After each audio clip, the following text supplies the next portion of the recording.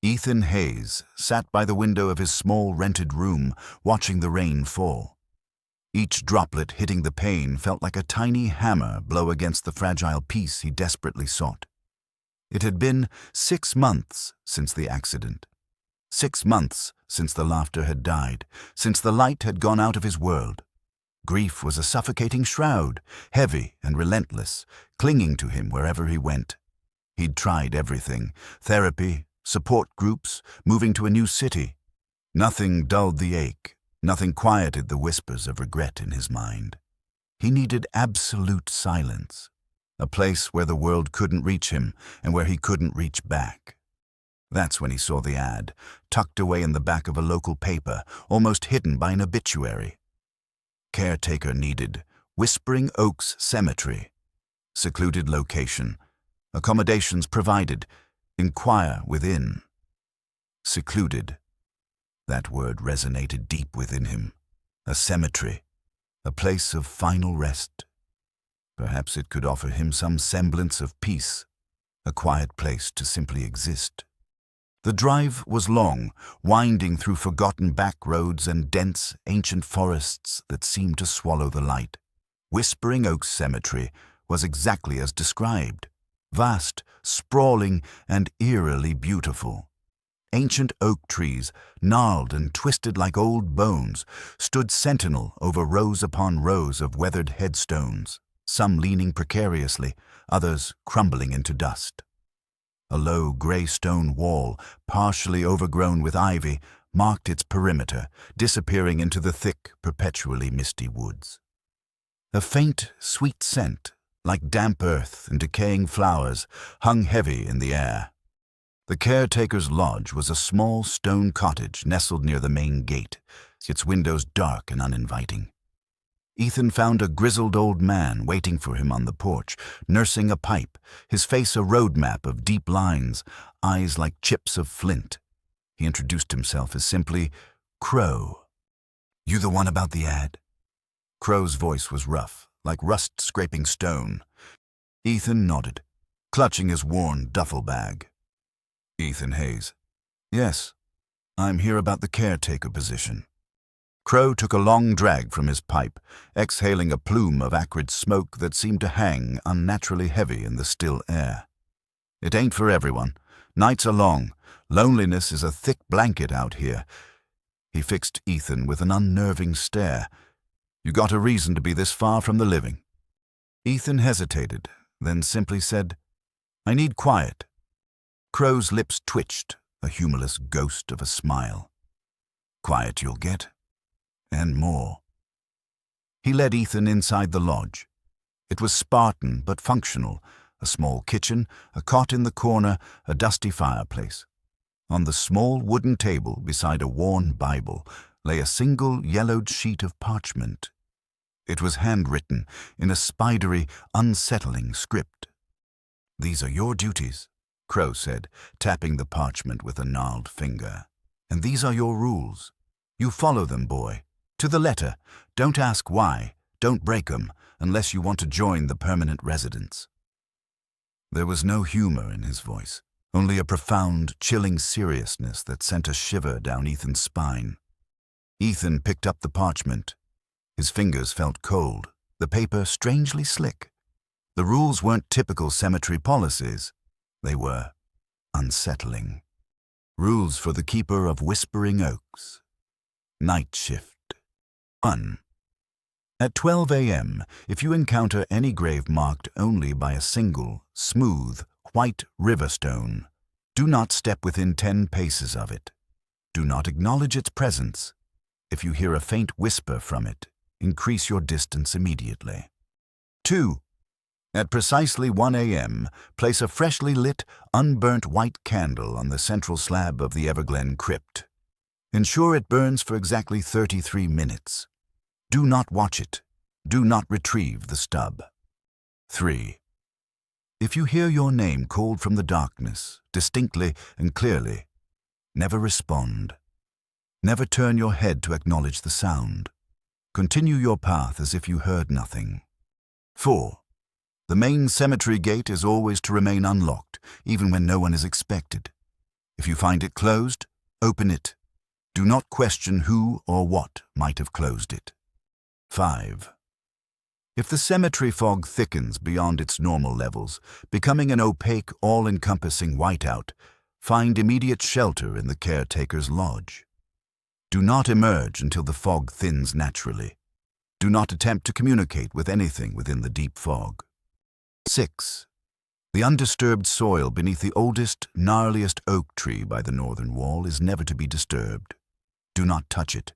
Do not allow anything to fall upon it. If you see signs of recent disturbance, recover it immediately with fresh earth from the pathways. 7.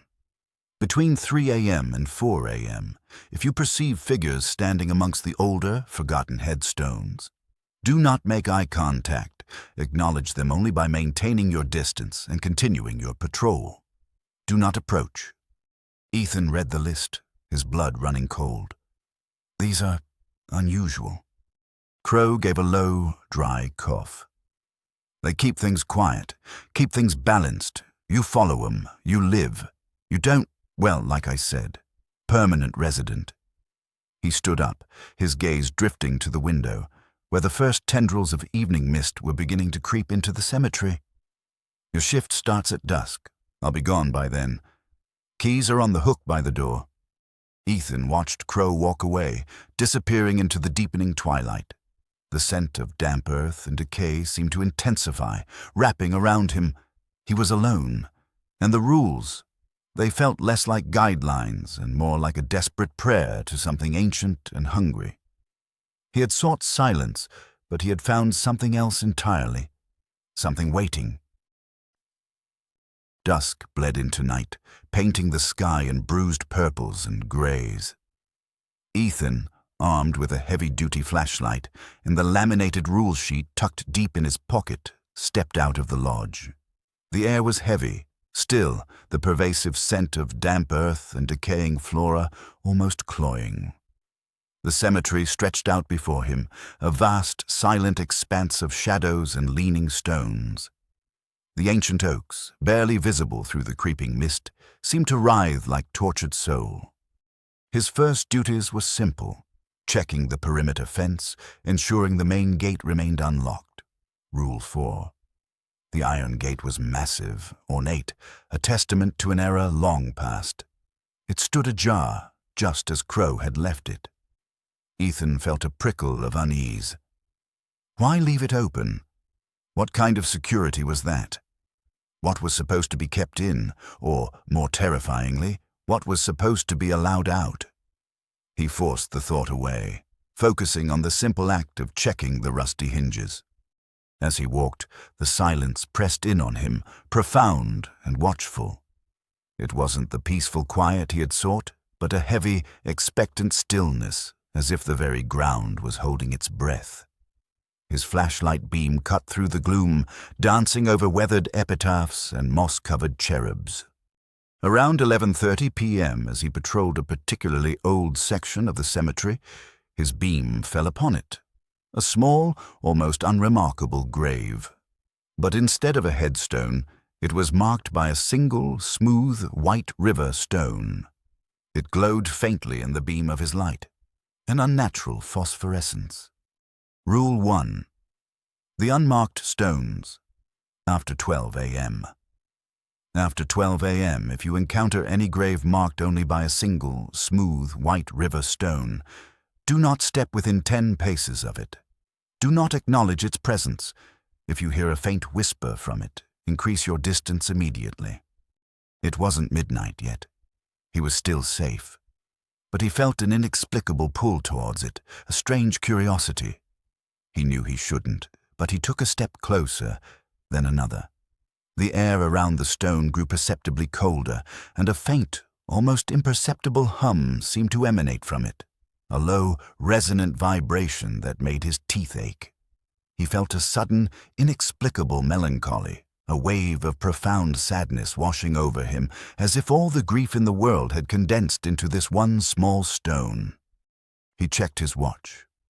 11:58 p.m., 2 minutes to midnight.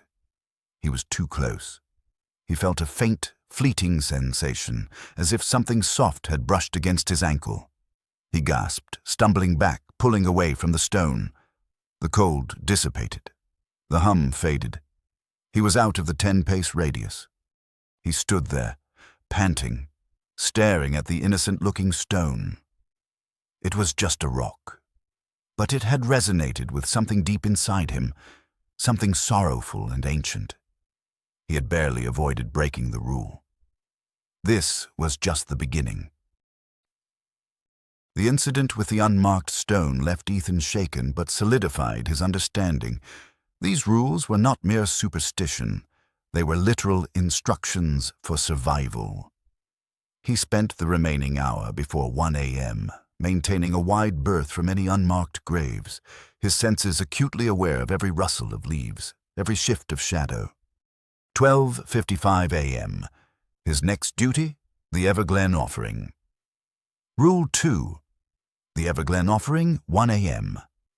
Exact, at precisely 1 a.m., place a freshly lit, unburnt white candle on the central slab of the Everglen crypt. Ensure it burns for exactly 33 minutes. Do not watch it. Do not retrieve the stub. The Everglen crypt was a massive, crumbling mausoleum in the very heart of the cemetery, a Gothic monolith of black marble and corroded bronze. Its heavy, ornate door was sealed shut, adorned with a bas-relief of weeping angels. An oppressive silence hung around it, deeper than anywhere else in the cemetery. Even the wind seemed to die when it reached the crypt. Ethan approached cautiously, a fresh white candle and a box of matches in his trembling hand. The air around the crypt was thick, carrying a faint, cloying sweetness like overly ripe flowers, mixed with the cold, metallic scent of ozone. He could feel an immense, unseen pressure radiating from the structure, a profound sense of ancient power. Precisely at 1 a.m., he placed the candle on the central slab, fumbling with the matches. His hand shook so badly it took him 3 tries to light the wick. As the flame caught, casting a small, flickering circle of warm light in the overwhelming darkness, he felt a sudden, sharp coldness emanate from the crypt itself. A silent inhalation that made the hairs on his arms stand on end. He instantly turned his back, fixing his gaze on the distant, barely visible lodge. He kept his movements smooth, walking away without looking back.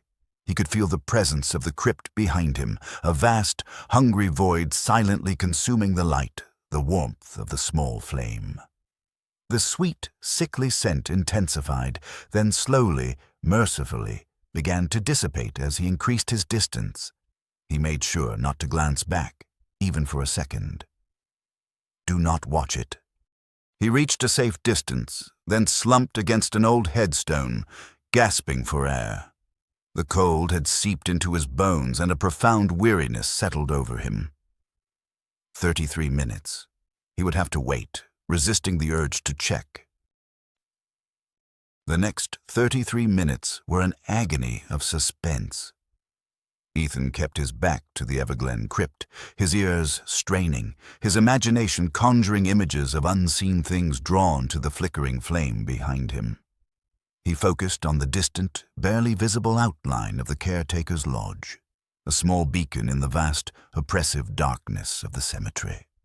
Finally, his watch chimed 1:33 a.m. The candle had done its duty. He still did not look back. He simply continued his patrol, moving through the older sections of the graveyard, keeping to the overgrown paths. Around 2 a.m., as he passed a cluster of crumbling, illegible headstones, he heard it. A faint whisper, barely audible above the rustle of dry leaves. He dismissed it as the wind. Then it came again, clearer this time. Ethan. His blood ran cold, his name, distinct and clear. His heart leaped into his throat. Every instinct screamed at him to spin around, to find the source. But Rule 3, the unheard call, from midnight to dawn. If you hear your name called from the darkness, distinctly and clearly, never respond. Never turn your head to acknowledge the sound. Continue your path as if you heard nothing. He gripped his flashlight, his knuckles white, and forced himself to continue walking. One step, then another. The whisper came again, closer this time, seemingly right beside his ear. "Ethan, why did you leave us?" It was a child's voice, thin and mournful, laced with an unbearable sorrow. A wave of profound grief, sharp and visceral, washed over Ethan. A memory, fleeting and painful, of soft hair and small hands flashed in his mind. He stumbled, tears pricking his eyes. His body trembled, fighting the urge to turn, to answer, to embrace the source of that sorrow. It was the same overwhelming sadness he felt from the unmarked stone. It felt personal. He forced himself forward, one agonizing step after another, his gaze fixed on the uneven path ahead. The whispers multiplied, becoming a chorus of mournful, pleading voices, all calling his name, begging him to turn, to remember, to join them. "Ethan, it wasn't your fault. Come back." He clamped his jaw shut, biting back a sob, his eyes burning. This was a test, a torment. He kept walking, faster now, until the whispers began to fade behind him, swallowed by the oppressive silence of the cemetery. He didn't look back. He couldn't. He finally reached a small, crumbling gazebo, slumping onto the cold stone bench, panting. He had obeyed. But the emotional toll was immense. The cemetery wasn't just a place of rest. It was a vast, open wound, echoing with the sorrow of the past, and it knew his name. Ethan spent the next hour simply sitting in the gazebo, trying to regain his composure. The emotional assault had left him raw, exposed. The whispers had been too real, too personal. They knew him, or knew of him. The idea that this place could directly tap into his grief, his deepest wounds, was terrifying. He resumed his patrol, keeping to the outer edges of the cemetery, avoiding the sections with the oldest stones. The silence returned, heavy and watchful, but now it felt more sinister, pregnant with unseen presences. Around 3 a.m., he found himself near the main gate again. He checked it. Still ajar, as per Rule 4. The main gate, always open. The main cemetery gate is always to remain unlocked, even when no one is expected. If you find it closed, open it. Do not question who or what might have closed it. As he stood there, observing the narrow gap in the gate, a faint, almost imperceptible shimmer caught his eye, just beyond the perimeter wall, in the dense, misty woods. It was like a heat haze or a distortion in the air, but somehow colder, more intense. It seemed to pulse faintly, almost drawing his gaze. He felt a sudden, inexplicable urge to close the gate, to secure it, to keep whatever was out there from coming in.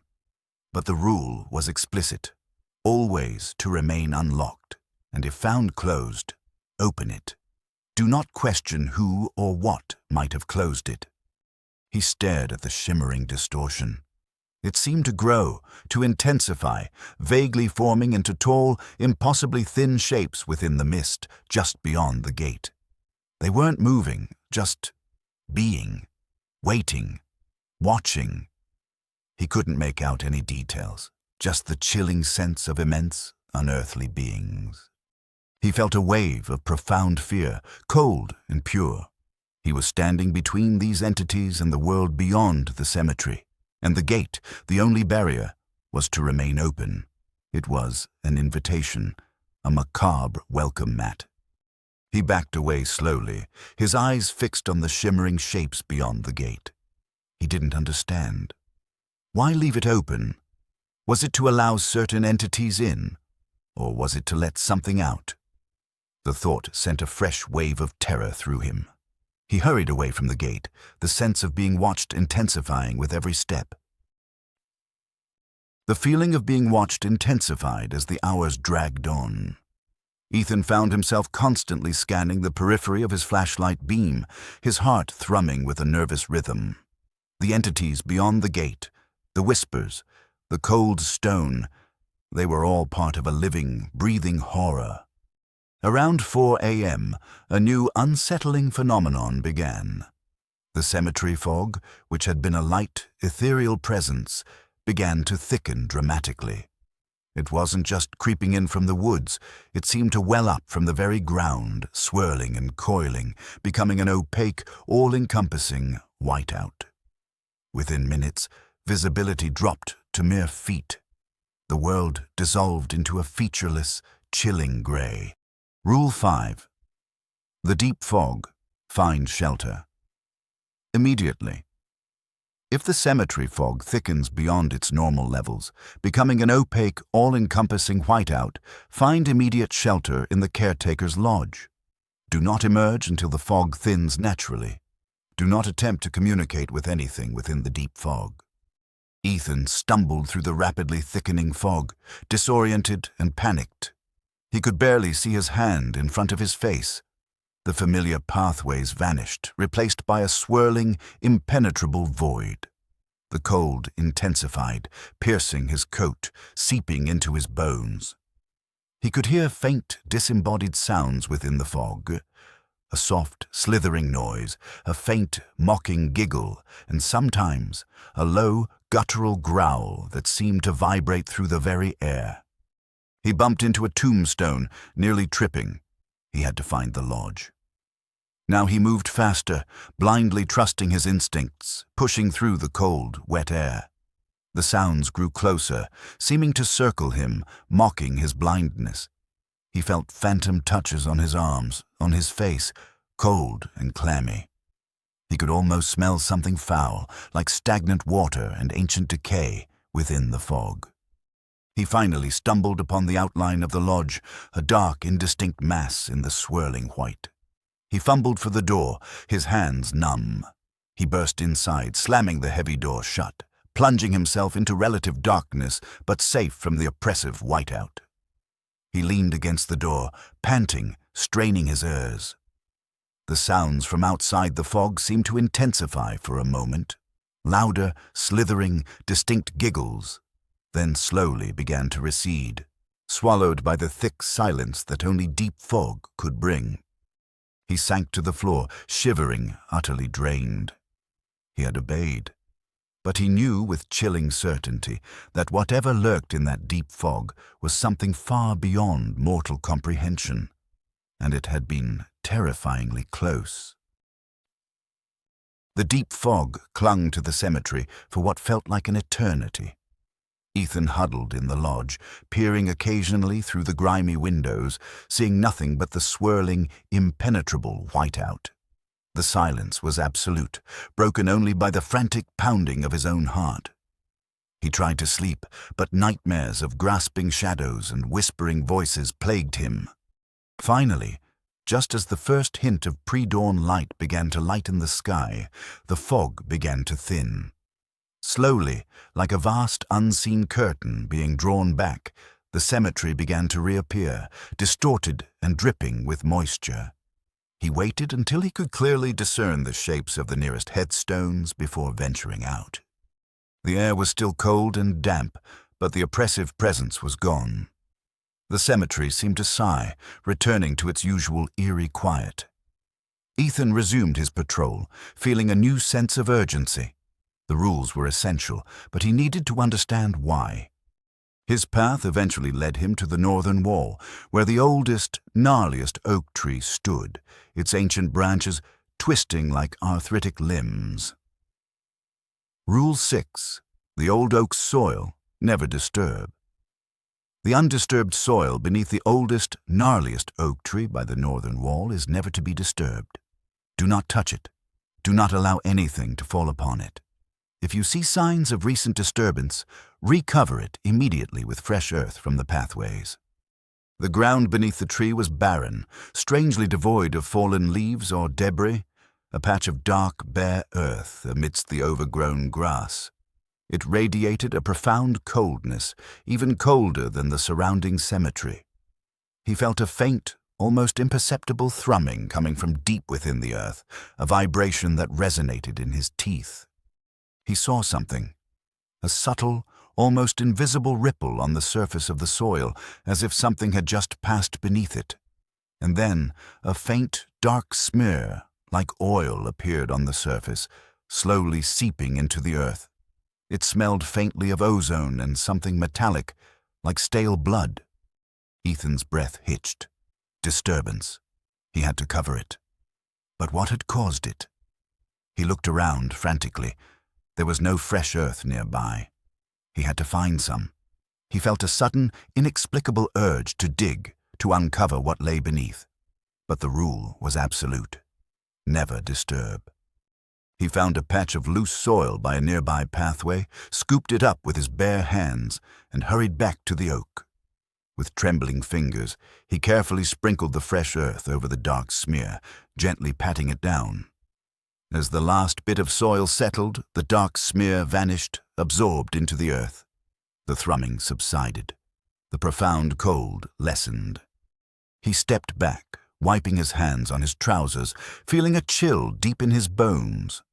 Whatever was beneath that tree, it was immense, powerful, and very much alive, and it was trying to get out. The experience with the old oak soil left Ethan in a state of heightened anxiety. The rules were no longer just for survival. They were for containment. He was not just a caretaker. He was a jailer, keeping unspeakable things buried. The hours crawled, punctuated by the agonizing tick of his watch. He kept glancing at the eastern section of the cemetery, where the oldest, most forgotten headstones resided. He knew what was coming. 3 a.m. Rule 7. The silent standers. 3 a.m. to 4 a.m. Between 3 a.m. and 4 a.m., if you perceive figures standing amongst the older, forgotten headstones, do not make eye contact. Acknowledge them only by maintaining your distance and continuing your patrol. Do not approach. As he approached the designated section, the air grew profoundly still, devoid of even the faintest breeze. The faint mist that usually clung to the ground seemed to coalesce, becoming oddly dense in patches. And then he saw them. Figures. Not solid, not ethereal. They were like distortions in the mist, vaguely human-shaped, impossibly tall and thin, their forms shimmering faintly in the pre-dawn gloom. They stood perfectly still amongst the ancient headstones, unmoving, unblinking, their very presence a cold, heavy weight in the air. There were perhaps a dozen of them, spaced evenly, forming an unspoken perimeter. Ethan's heart hammered against his ribs. He dared not look directly at them, keeping his gaze fixed on the ground just before his feet. But he could feel their presence, a silent, piercing gaze on his back, on his exposed neck. They were watching him, evaluating him. He continued his patrol, forcing himself to maintain a steady pace, trying to appear nonchalant. He could hear no sound from them, no whisper, no rustle, just profound, chilling silence. He felt a sudden, inexplicable urge to run, to flee, but he knew that would be a greater violation. He had to acknowledge their presence by not acknowledging them. It was a macabre dance. As he moved past them, the air around him grew colder, and a faint pressure seemed to press in on his skull, a gentle, probing touch on his mind.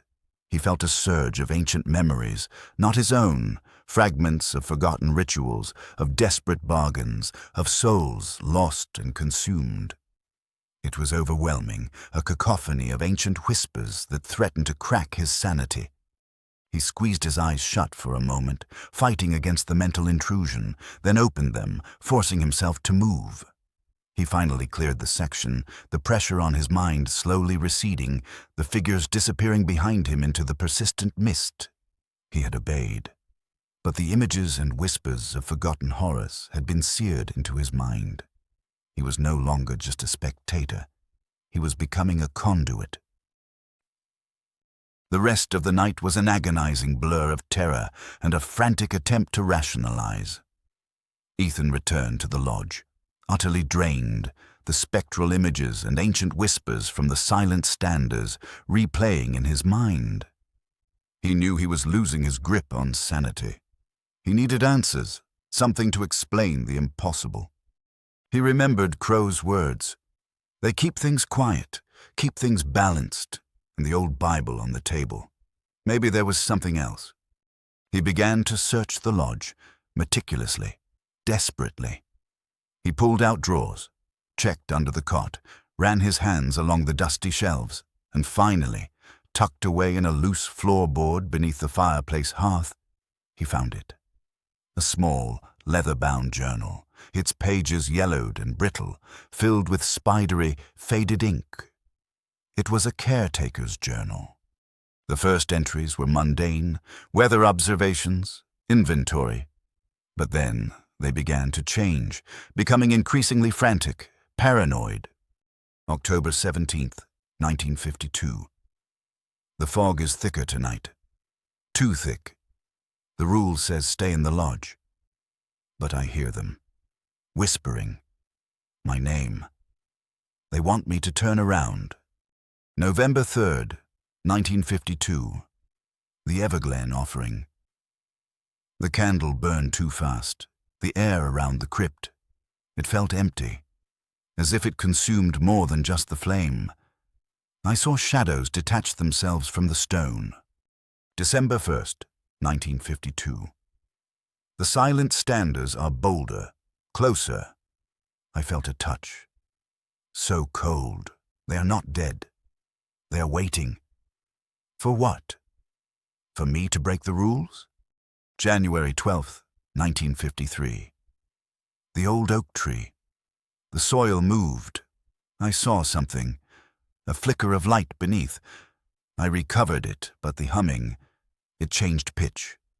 Higher, angrier. What have they buried there? February 20th, 1953. I saw him, through the main gate. He walked straight through the mist, an indistinct shape. The gate was open. It's always open. They aren't trying to get in, they're trying to get out, and the rules, they facilitate it. Ethan's blood ran cold. The journal confirmed everything. The rules were real, the horrors were real, and the previous caretakers, they knew. He flipped to the last entry. It was dated just a few weeks ago, the handwriting almost illegible, frantic. June 1st, 2025. The veil thins. They know my name. They know my grief. They spoke her name. They want to remember. They want to be free. The contract, it's breaking. I can't hold them. My name is Arthur Jenkins. They're coming for me. Don't turn around. Don't turn around. Don't turn around. The entry abruptly ended, the ink smudged, as if the pen had been violently dropped. Arthur Jenkins, another predecessor, another casualty. Ethan's gaze fell on the date, June 1st, 2025, just a few weeks before Crow had posted the ad. Before Ethan had arrived. He was not alone in this horror. He was the next in a long, terrifying line. The Journal of Arthur Jenkins confirmed Ethan's deepest fears. He was not merely working in a graveyard. He was guarding a prison, or perhaps a feeding ground. The rules were a desperate attempt to maintain a fragile balance, to contain ancient forces that sought release. And the entities were becoming bolder, more aggressive, perhaps weakened by previous breaches or strengthened by the thinning veil Arthur mentioned. As the night deepened, the eerie sounds intensified. The subtle whispers from the unmarked stones seemed to multiply, becoming a chorus of faint, mournful pleas whenever Ethan passed their vicinity. It wasn't just his name now. He heard fragments of other names, other sorrows, mingling with his own grief, calling out from the earth. Sarah, why did you leave? Father, help me. They were the echoes of the buried, stirred from their slumber, reaching out. He walked past a section of old family plots, where generations of a single lineage were laid to rest. He heard the faint, rhythmic sound of muffled sobbing, like a child weeping silently into a pillow. It seemed to emanate directly from beneath a small, crumbling angel statue. He stopped, his heart aching. Every human instinct urged him to comfort, to respond, but he remembered Arthur's frantic last words. Don't turn around. Don't turn around. He passed the evergreen crypt again. The oppressive silence around it was now almost palpable, a heavy, suffocating blanket. He heard a low, guttural growl, deep and resonant, coming from within the stone walls, like a vast, hungry beast stirring in its sleep. It was accompanied by a faint, wet scraping sound, as if something immense was slowly, agonizingly, trying to drag itself through solid rock. He walked faster, forcing himself not to imagine what might be clawing its way out. The wind picked up a sudden, mournful sigh that swept through the ancient oaks. It carried with it a chilling cacophony of sound, faint screams, desperate whispers, agonizing moans, all swirling and blending into an incomprehensible symphony of torment that seemed to emanate from every corner of the cemetery. It was the collective anguish of every soul that had ever been buried there, disturbed and roused, reaching out through the thinning veil. Ethan clasped his hands over his ears, squeezing his eyes shut, trying to block it out. But the sounds permeated him, echoing in his very bones. He stumbled, disoriented by the sheer volume of spectral noise. This wasn't just an auditory hallucination. It was a psychic assault, designed to break his resolve, to make him turn, to make him answer. They wanted him to acknowledge them. They wanted him to break. He leaned against a cold tombstone, gasping for air, fighting for control. He would not break. He would not turn around. He would not answer. He was the keeper, and he had to maintain the balance, no matter the cost to his own sanity. The psychic assault of the whispers of the dead left Ethan profoundly shaken, but also strangely resolute. He had faced the full, raw power of the cemetery, and he had not broken. Yet the experience deepened his understanding. The entities here were not just ghosts. They were something far older, far more insidious, capable of tapping into deep wells of human emotion and memory. And the veil was thinning. He continued his patrol, driven by a desperate need for more answers. The journal had been a horrifying confirmation, but it had not provided the full truth. What were these entities? What was the contract Arthur mentioned? And why was he, Ethan Hayes, drawn into this? He found himself drawn to a rarely visited section of the cemetery, a forgotten corner where the oldest, most elaborate mausoleums stood, crumbling into disrepair, almost swallowed by dense thickets of thorn bushes. These were too grand, too imposing to be mere graves. They felt like tiny fortresses, holding something back. His flashlight beam swept over an enormous, intricately carved mausoleum, unlike any other he had seen. It was made of dark, veined marble, adorned with grotesque gargoyles whose faces seemed to twist in silent agony. There was no name, no date, no inscription of any kind. Just a heavy, unadorned iron door, rusted solid. And then he saw it. Near the base of the mausoleum, partially covered by overgrown ivy, was a small, ornate lockbox. It looked ancient, covered in strange geometric symbols that seemed to shift and swim in the dim light. It was clearly not part of the mausoleum's original design. It was placed there. He knelt, his heart pounding. This was not a rule, but an anomaly. He tried the box. It was unlocked. He carefully opened the lid. Inside, resting on a bed of faded velvet cloth, was a single object. It was a shard of something dark and translucent, like obsidian, but it pulsed faintly with an internal, sickly, violet light. It wasn't cold, but strangely warm to the touch, and it hummed with the same low, resonant vibration he had felt from the old oak soil and from the deepest parts of the cemetery.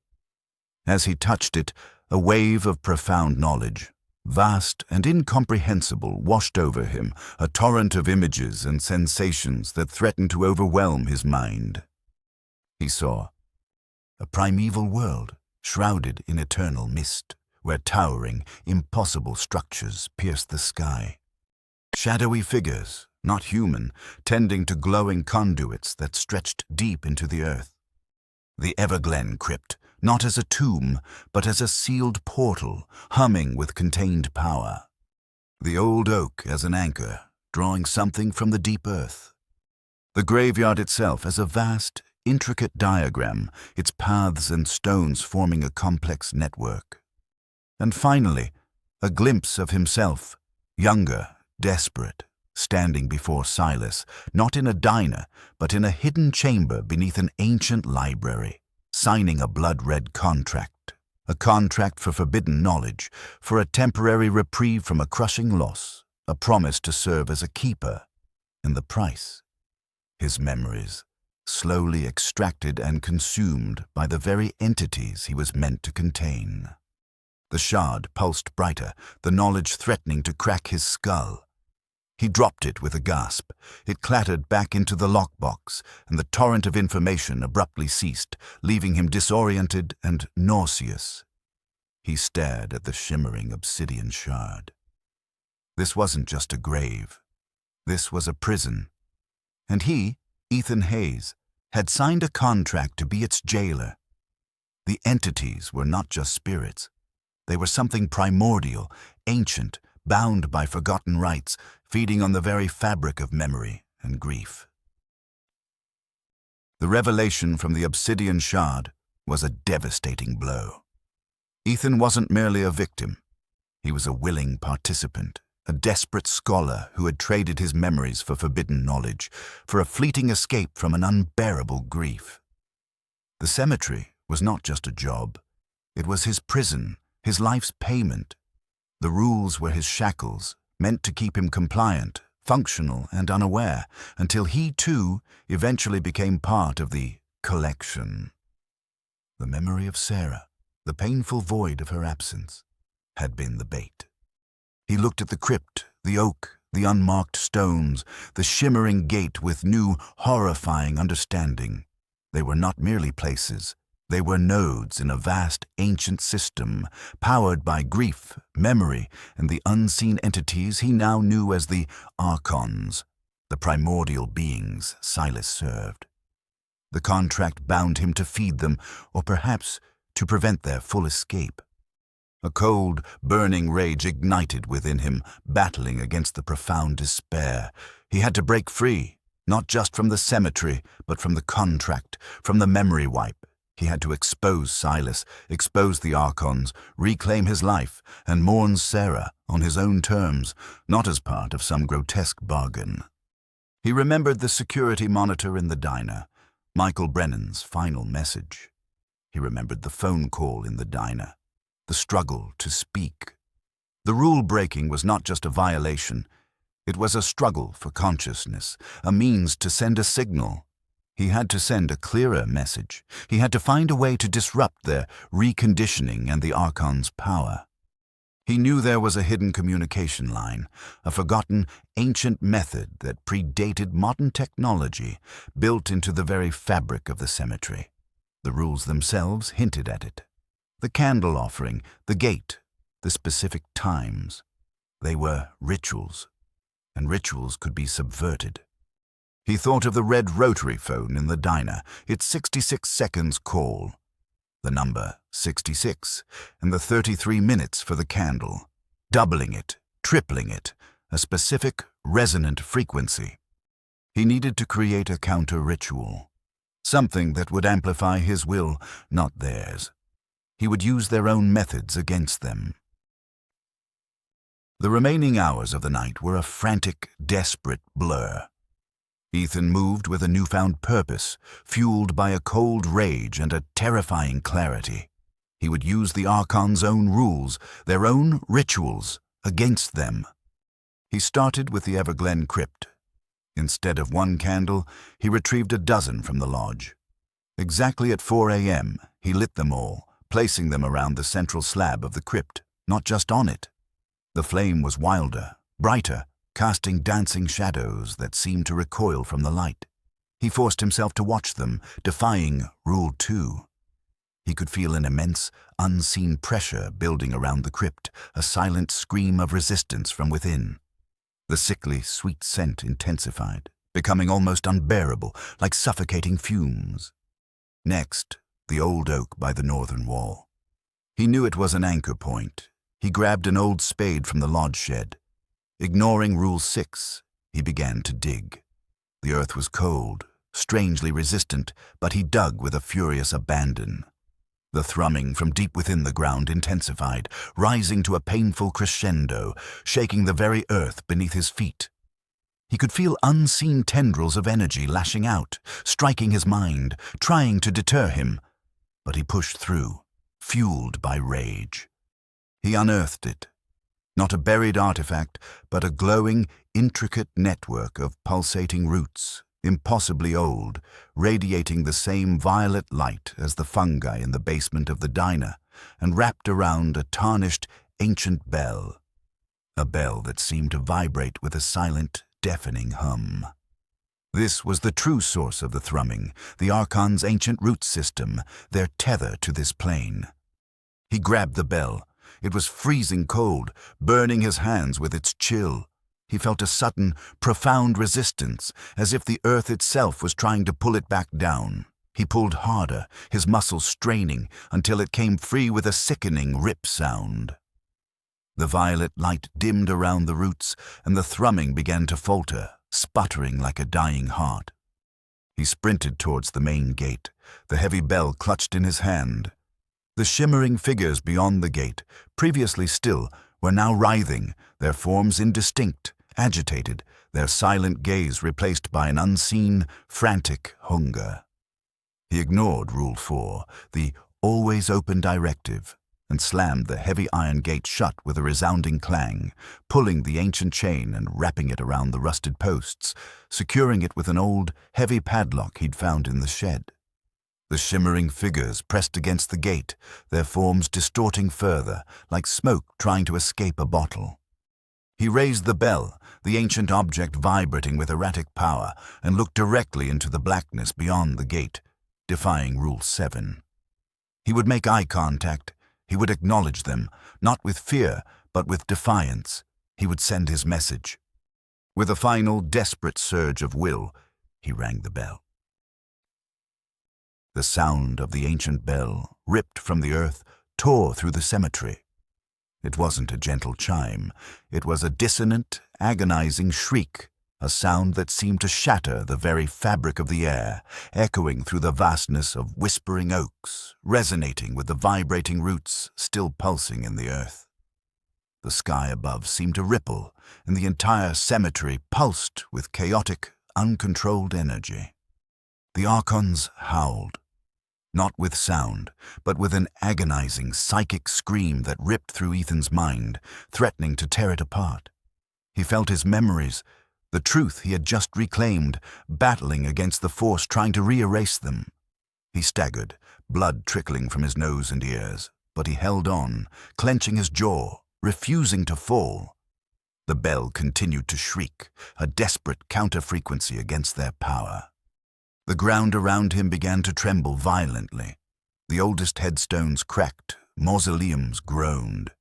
The immense, ancient oak tree by the northern wall shuddered, its gnarled branches snapping and tearing as if in agony. The shimmering figures beyond the main gate contorted, their forms twisting and breaking apart, like reflections in shattered glass, dissolving into the pervasive mist.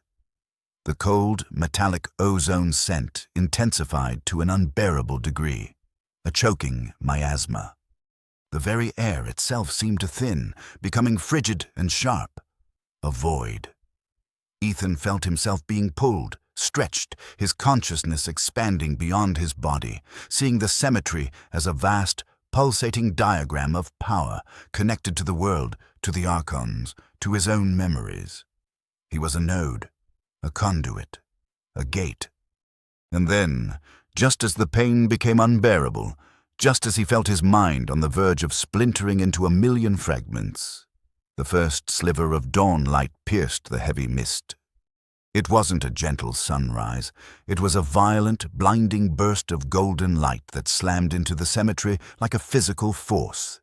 The ancient bell in Ethan's hand shrieked one final, agonizing note, then crumbled into dust. The ground stopped shaking, the air cleared. The sickly violet glow from the underground, now visible through cracks in the earth, pulsed once, then faded. The terrifying scream in his mind ceased, replaced by a ringing silence.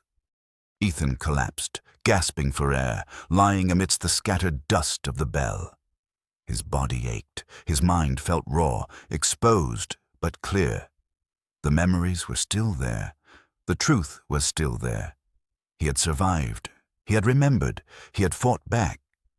Minutes later, Crow emerged from the lodge, his ancient face grim. He surveyed the damage, scattered debris, broken branches, a faint, lingering ozone scent. He looked at Ethan, then at the dust that had once been the bell. "You broke the balance, boy," Crow rasped, his eyes unreadable. "You awakened them. You released them. You think you've won." Ethan tried to speak, but only a dry cough escaped. Crow knelt, his face close to Ethan's. "The contract is not broken, Keeper. It is merely rewritten. You remembered. Now you know the price of knowledge and the debt you still owe. This cemetery, it is part of you now, and you, part of it." He gave a humorless chuckle. "You will never find your peace, Ethan Hayes. Not here, not anywhere." With that, Crow stood and walked away, disappearing into the thinning mist. Ethan lay there, staring at the rising sun. The cemetery looked the same, but it felt different. It felt alive, connected to him.